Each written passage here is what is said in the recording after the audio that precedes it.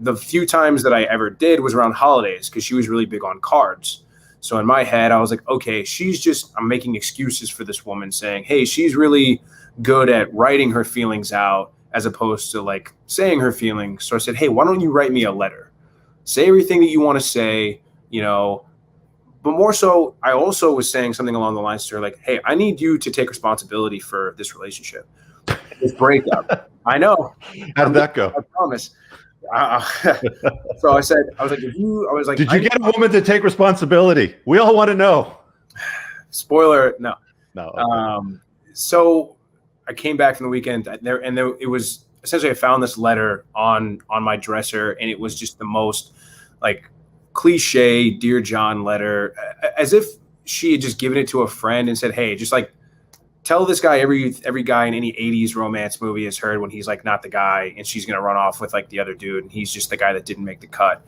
Yeah, and so I was so angry for weeks about this because I was like, I just asked her to do one thing. Like, how could she, after 2.5 years, just act like this and throw everything away like it meant nothing? And then when I started to learn about this kind of stuff, and it's this idea of, are you mad at the sky for being blue? Like, are you mad at the ocean for being wet? I mean, there's a passage in your book when you talk about that. Mm-hmm. It's no. Once you accept it, what's really funny to me? It's like people think red pill guys are bitter, but who's bitter? Blue pill. Are. That's, well, sure, yeah. That's when they start to lean into the whole black pill narrative, and they go down that terrible spiral.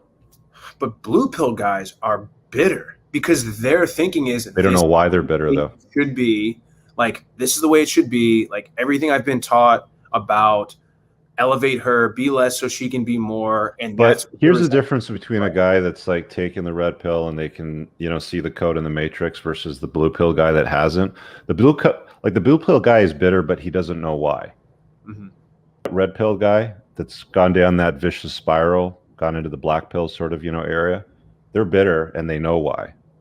But they don't want to do anything about it. They want to hold on to that victim mindset. Yeah, totally. And I mean, that's so once guys realize female nature, and it works with guys too. And I've been in situations where, you understand that this is a recent, and this is just a quick story. This is a recent situation. This actually happened like yesterday. I play here locally in New York. I play in like intramural softball leagues. People just get together and they dick around on Sundays and play. And I got a couple of buddies that play with me. And what's really common is after the games, like everybody just goes to the bar and has a couple of drinks and just go away and meeting people. And so, there's this cute girl playing catcher. And every time I would go up to bat, I'm flirting with her and chatting with her and this and that and the other. And I get her number after the game and tell her I'm going to come meet them at the bar afterwards. And it's me and a couple of buddies. And so we meet up with them and it's like a big group table of like 10 or 12.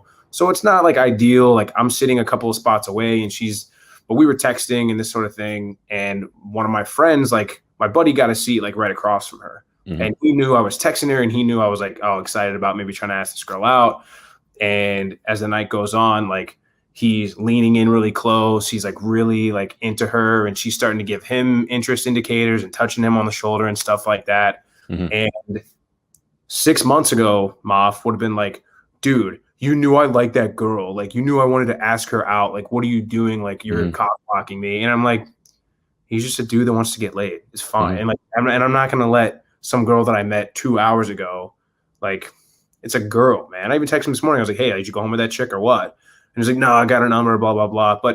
And so it's really easy for guys to, guys are naturally competitive creatures. Like, they're competing for women. So, and me, if I didn't have this abundance mentality and, 3 or 4 girls that I'm seeing or rotating in or spinning that I could just go chat up anytime I want, I would be really pissed about it and really like, dude, whatever, like you blocked my shot or this and that and the other. So it's a scarcity mindset. Most guys fall into that trap, right? Like that one girl that I worked up the courage to go and get her number at the ball game, and then my buddy started talking to her and he touched her and he got her number. Yeah. And then they just fall apart. It's like, dude, you wouldn't care if you had options. Yeah. And so you wouldn't care if you put yourself first, you wouldn't care. You just wouldn't. Yeah.